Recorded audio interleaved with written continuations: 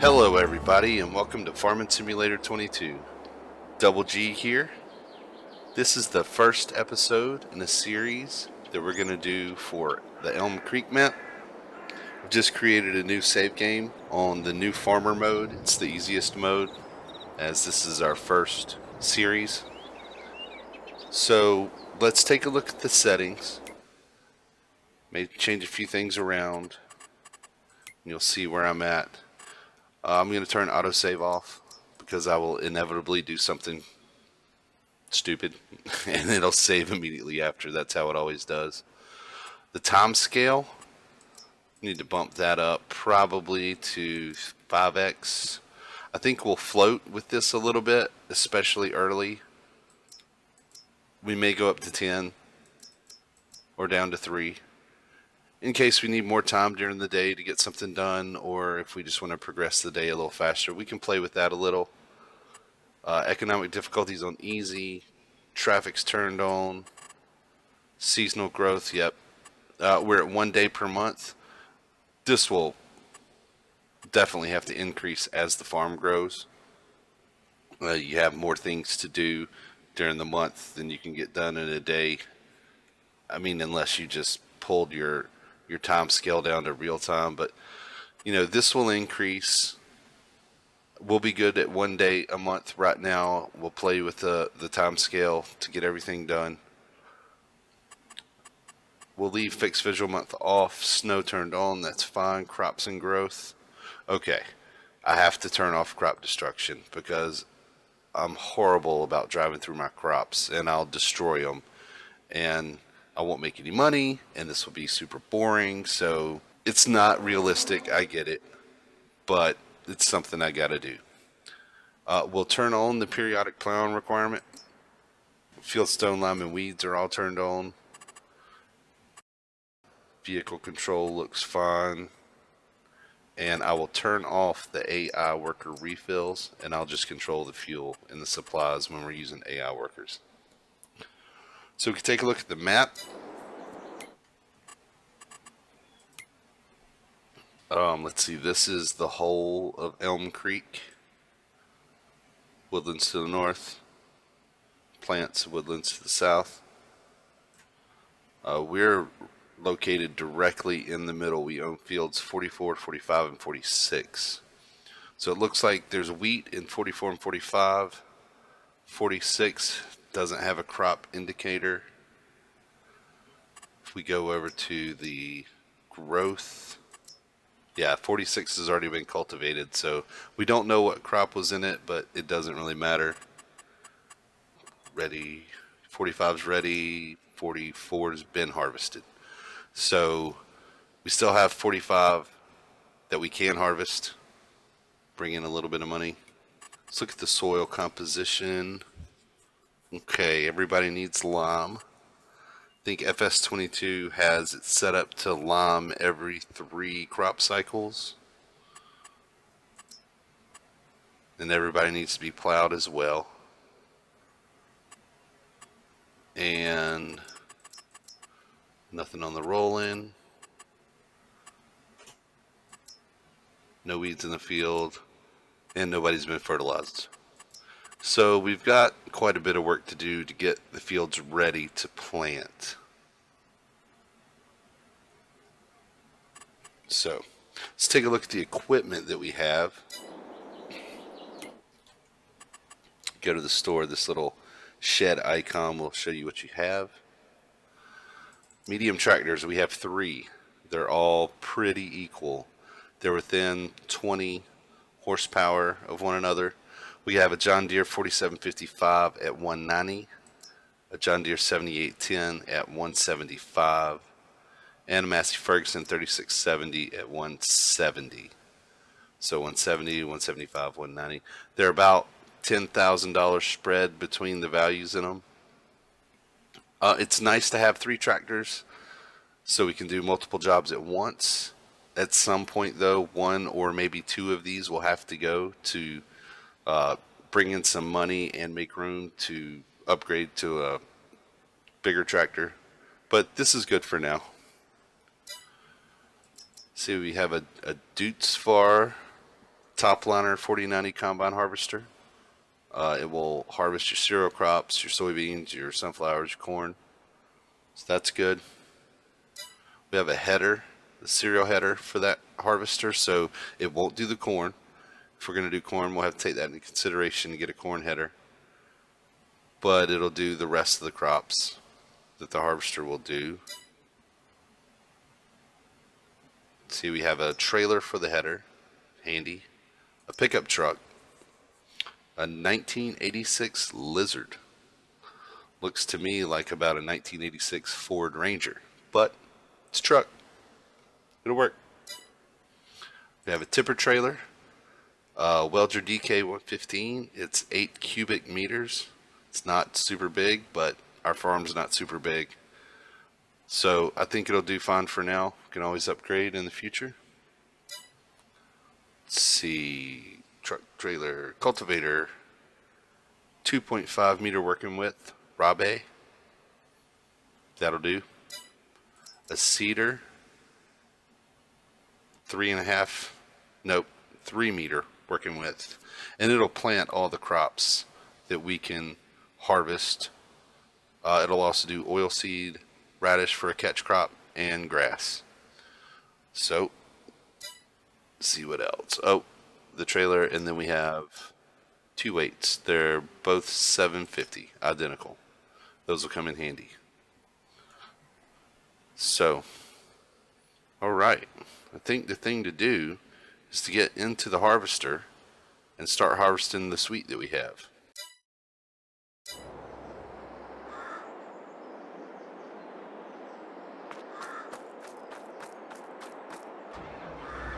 All right. So we get the header attached. Unfold it, turn it on. Why am I rolling? I don't have my foot on the gas. Oh, I'm wondering if I have my dead zones messed up.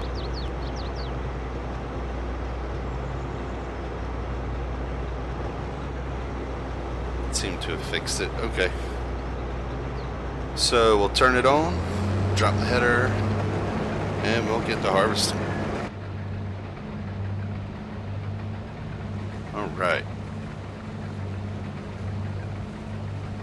I really do like playing in first person mode like this. However, it is my most inefficient view to play from because I will miss things.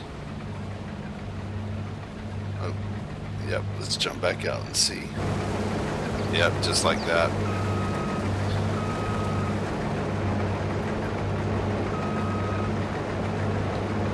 Let's do it like this. That way we can stay reasonably straight and not miss as much.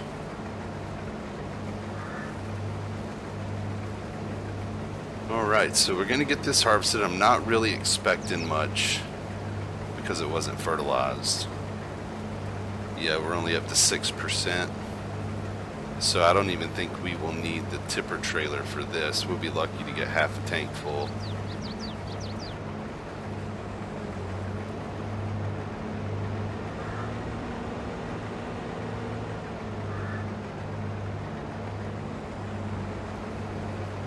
So I think the plan for the early going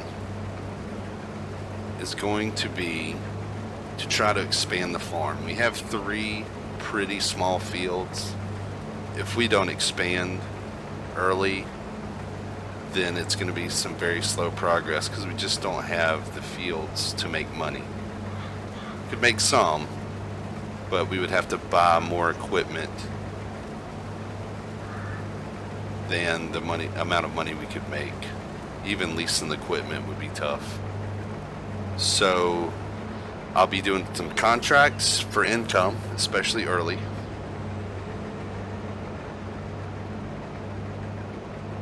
And we'll try to expand the field. Ooh. There are a few fields, smaller fields still, that I can afford with the amount of money that I have. But I gotta be careful, otherwise I'm gonna find myself in a hole where I'm constantly doing contracts to try and keep my head above water, which is not what I want to do. So I will be using AI workers. I think they're going to be handy. However, I don't want it to get out of control where I'm using a lot of AI workers and it would make the game too easy. So I think the metric I'm going to work off of is that I can have one AI worker simultaneously for every 2 fields that I own. So right now we have 3 fields. I have access to 1 AI worker. And I think that will keep the number in check enough that I have help, but I don't have too much help. I may have an AI worker go do a contract if there's nothing to do on the farm, or have an AI helper help me on a contract, like a harvesting contract, where they can run the harvester and I could cart the crop, or vice versa. The new AI helper system is pretty awesome because you can load up the trailer and then send them to the destination and have them deliver, and then they'll return back. It's pretty cool. So we'll see more of that later when we're actually using an AI worker. Right, so we're at 30%. We probably have 1 full pass and then maybe a skinny row after that. So yeah, I don't think we'll get much.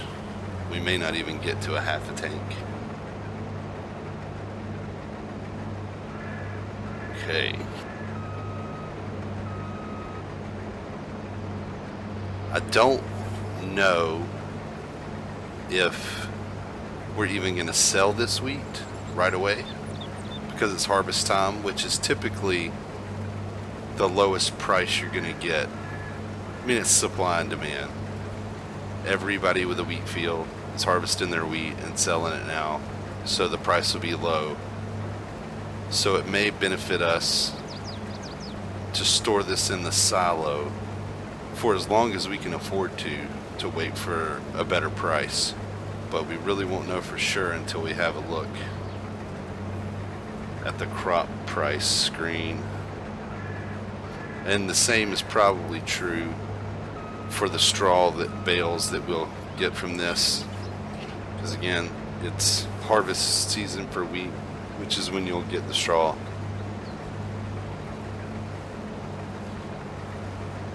That is my suspicion. Won't know for sure until we take a look. This is a very skinny row. I would say maybe 50% of what the other rows were. So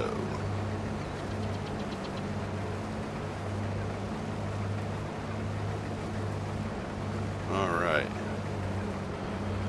those lines kind of curl with the edge of the field. So let's take a look at the price. Okay, wheat, we're currently getting 882 per 1,000 liters at Feed and Grain South. It's $9.49 at Goldcrest Valley, but that's on the train. You have to use the train to deliver that, so that's an added cost. Typically try and stay away from the train sell points unless I have a ton, so you can defray the cost of the train over several thousand liters, maybe tens of thousands of liters, as opposed to spreading it over I don't know, I think 3,500 liters we have.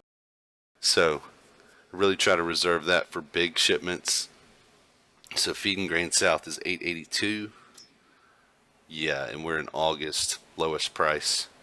So I think we should put it in the silo and hold on to it with the goal of waiting until January. But even if we get desperate for cash and we need to sell it, it's only going to increase until January. So I don't think we'll be selling this. Also, the wheat, the straw.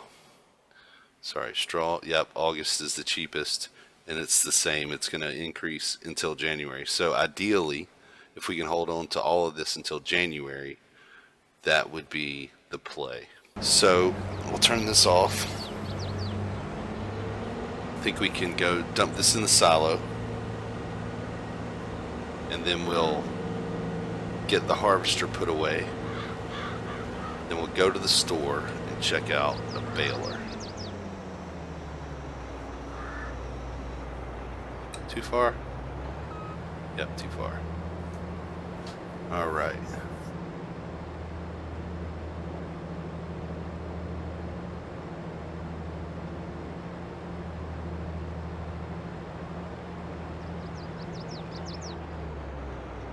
Okay. So just to double check, we did have, yep, 3693. So just shy of 3,700 liters. We'll get this header put on the trailer and get the harvester stored away, because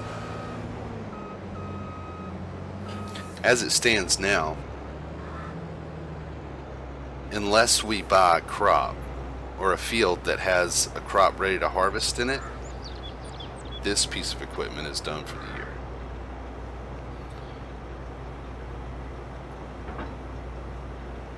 Oh, we were pretty close. I'm okay with that. All right. Oh, didn't back up enough.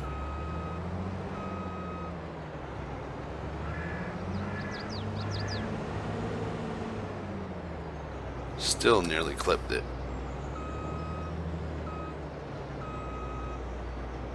Alright. This straightened up a little bit so we can back it up.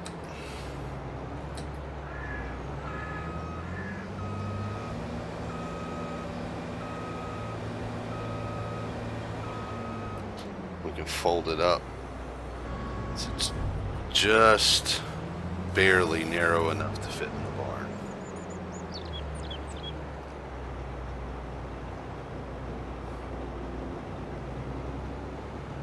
Put it in here because it's the only building we have big enough, long enough to house it under cover.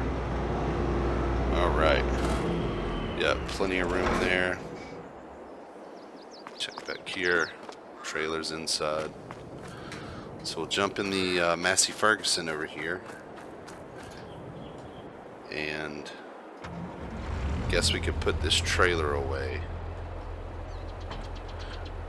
This is a fine trailer. The only thing I've got against it is that dolly right there. It makes it murder to back up. It's gotten to the point now where I don't even attempt it unless I absolutely have to. And more times than not, it ends in, failure and a pool of tears. But if I can drive forward with this trailer, that's what I tend to do. We'll park it over here next to the silo.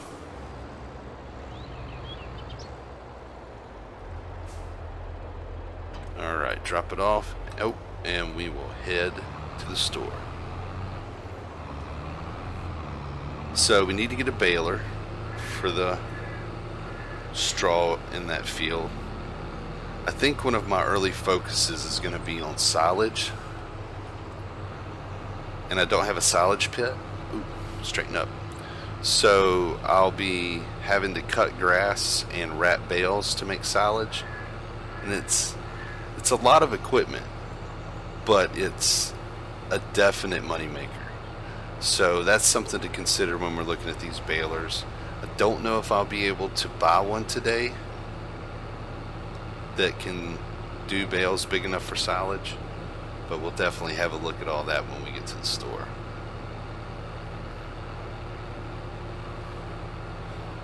I guess we could have looked before we went, but I don't know. Just seems right to go to the store to look and see what they have. So we're here, not too far from the farm, which is handy. Let's take a look what the store has. And balers. There they are. Actually, let's look at bale wrappers, because that's going to be an important part to making silage. So there's a Vernolin that's actually not too expensive. It will wrap 125 to 150 centimeter round bales. So it's a definite possibility in the future. There's this one. I'm not sure if this is Kun or Kun. We'll go with Kun. About Kun. Right on. So this one will do 125 to 150 round bales. It'll also do 180 to 220 square bales, but it's almost double the price. And then we have the Anderson extractors. I believe these are the ones. Yeah, silage. Yep, inline wrappers used to wrap multiple bales together in one tube, so they kind of look like long, sausagey kind of deals. This one will do round. This one will do round and square, but they're not as much as this one. But for budget purposes, I think my move may be to go with the smaller one. So we'll look at that more when we get to that. It's just nice to know what's on offer. So if we look at the balers, there's the Massey Ferguson. It's the least expensive one. It does square bales, but they're 120 centimeter, and I believe that's too small to fit any of the wrappers. But it's only $2,200. I mean $22,000. There's a Pottinger, and that'll get up to the 125 round bales that the smallest wrapper will do. So this, in conjunction with the wrapper we were looking at here, that'll do 125 round, with the baler that'll do 125 round. So for $70,000, you could be baling and wrapping silage, which is a lot, but silage is such a good money maker. And then you've got these guys, these two will bale and wrap at the same time. So here I can bale and wrap the 125s that I could do with the two other pieces of equipment, and it's $8,500 more, but you're combining two jobs into one, so it's a time saver. So all of these are nice, and they're all very expensive. Yeah, they just keep going. So I think what we'll do today is we'll use the Massey Ferguson. It's the least cost. It also makes bales which we can move by hand, because we don't have any bale moving equipment yet, with no front loader, no bale fork, none of that. So we'll just, I think, lease this one, because we only have the one field. It's $11.22 to lease it. And we'll get that on the back of the tractor and head back and do some baling.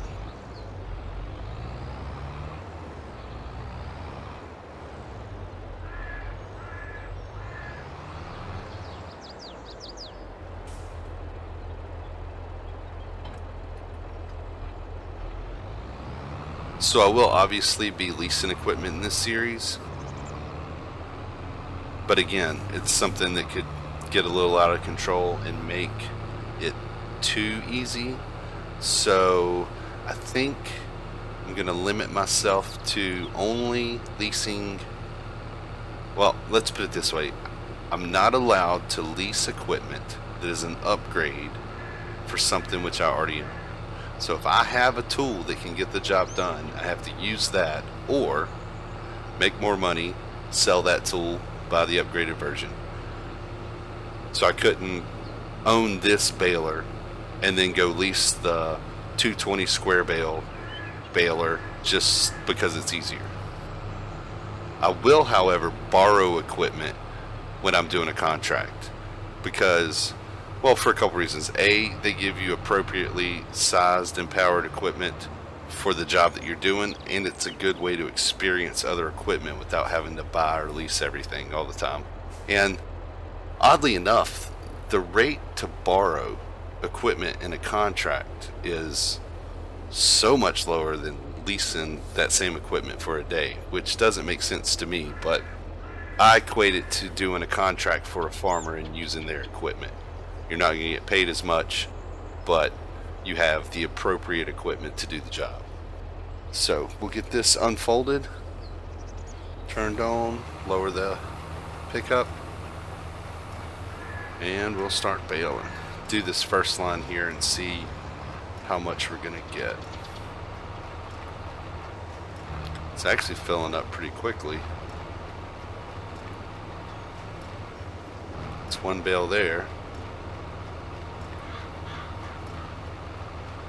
So it looks like maybe 2 to 3 bales per line. We have 7 lines, but one of them's pretty skinny, so 18 to 20 bales, I'd say maybe. I don't know, we'll get a final count when we're done. And again, we're not going to sell this, so I believe I will most likely stack it under the edge of the barn there to keep it dry. So what I'm going to do is I'm going to go ahead and do a time lapse to get the baling done, and then I will most likely stack the bales off screen, because a time lapse in first person, personally, it makes me motion sick, so I think I'll spare you that. But we'll see when we get everything baled and the bales stacked up.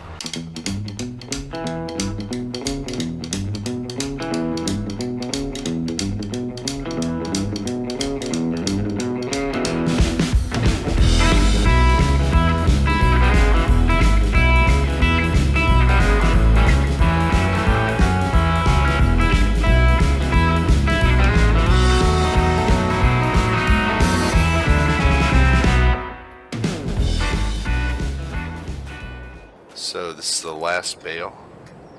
Let's go add it to the stack. It's not the best looking stack I've ever made, but it'll do. At least it's dry and out of the way. And we wound up with 21 bales. They are 700 liter bales, so we have 14,700 liters. Yeah, sorry, math is hard. So I think what I want to do now, it's really kind of bothering me. I noticed this as I was running back and forth with the bales.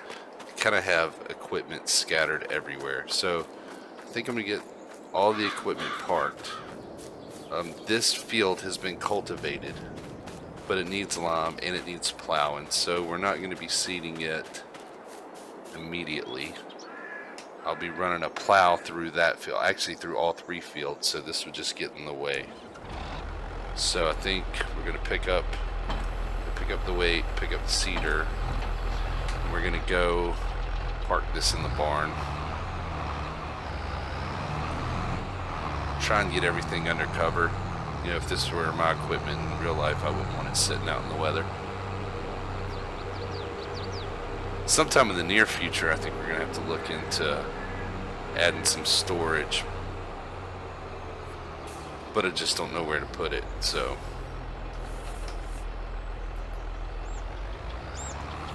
we shall see as we acquire more equipment and start to really run out of space. I mean, there are some things which can stay outside, but you know, machinery, equipment, stuff with moving parts really should be undercover. Like, I suppose that cultivator could stay outside, but we'll put it up for now while we have the room for it. So, pick up the cultivator and the weight, park this. Oh, gotta go forward. The trailer being outside is fine, it's got a cover on it.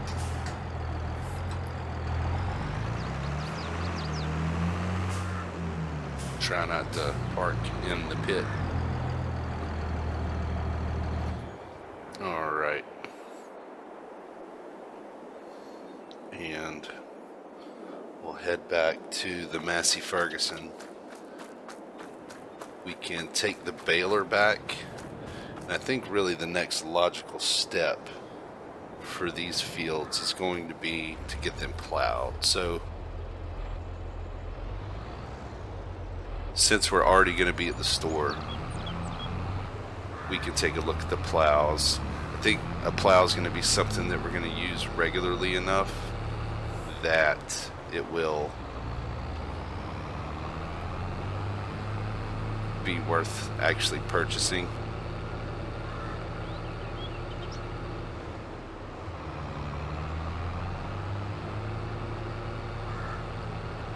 I was really thinking about it while I was stacking all the bales, and there are a few small fields around the farm which I can afford with the amount of money I have currently. So we should take a look at those and maybe see if one of them has a crop that's ready to be harvested or ready to be harvested soon, because that would effectively be like a discount on our purchase price of the land. So I definitely think that's a consideration. Okay. So we'll get the baler returned. Oh, this one for leased. And return. And I think we'll really shoot to get one of the bigger balers to buy. And then we can look at plows. Here's the plows. So we have a single furrow plow. It's really cheap. It's also a 1/2 meter working width. That's not going to be good for us. That's really only good for, laying out a field or markings. And it's a significant price jump up to a 3 furrow plow, and it is a 1.2 meter working width, but not very much more than that is this Agro 5 furrow. And it's reversible. You see the hydraulics there on the front. So this is at 2.5 meter. What's the next size up? It's a Vernolin. Not quite double the price at 3.5. I think this is starting to really get outside of the range of things we can afford to buy. Oh wow, those are huge. 75,000 for 6 meter working width. Wow. All right. Yeah, I think today, for the money, this is probably the plow we should buy. Oh wait, let's check the used market. Always should check the used market before you... Oh, look. It's a subsoiler. Pretty sure... Yep, it can be used instead of a plow. So that should clear the plowing requirement. And it's 4 meters for $4,400. Wow, and the plows, that's 2.5, that's 3.5. You have to go to this $60,000 plow to get more than 4 meters. Wow, yeah, that's definitely going to be our buy. We're going to get this guy right here. Yep, we're going to buy that. That is a steal of a deal. Oh, yeah. Let's get this hooked up and back to the farm.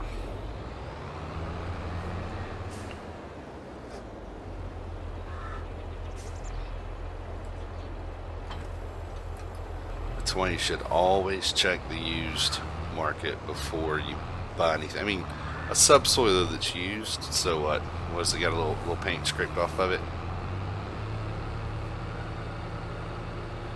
Yep. It's wider than the tractor by 1.5 meters maybe.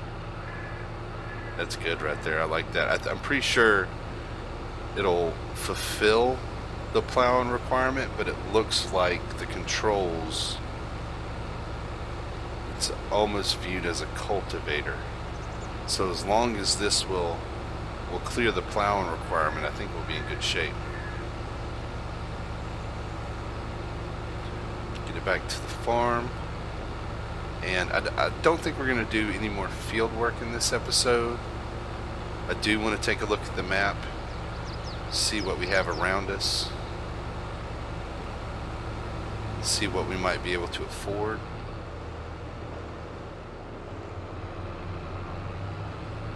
Yeah, I think we can just park this maybe, yeah, next to the silo in the grass.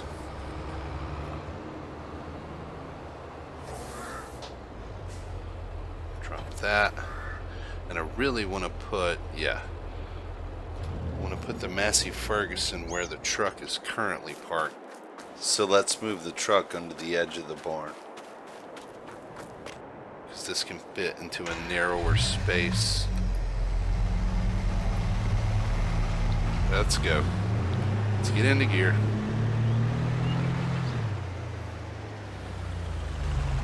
Yeah, that'll work. Alright. That way we should be able to fit the Massey Ferguson undercover as well. I think I'd sooner park the pickup truck out in the open than one of these tractors.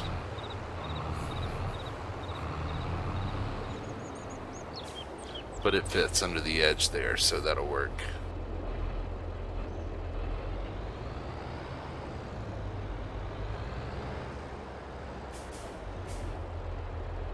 Alright. Okie doke.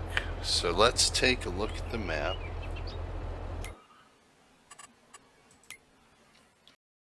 So yeah, we have these slightly smaller field. I mean, that one's pretty good size. We have some smaller fields around us. Let's see what everybody has in them, if anything. Alright, looks like, yep, sorghum in 47, 48 soybeans, and that's going to be sugar beet in 49. So 49, the sugar beet equipment, harvesting equipment, is just insanely expensive. So let's see what these prices are. 49 is 56,000. 48 is 49,000. That's good. 47 is 64. We have 94. This might make a respectable grass field for silage. This could too.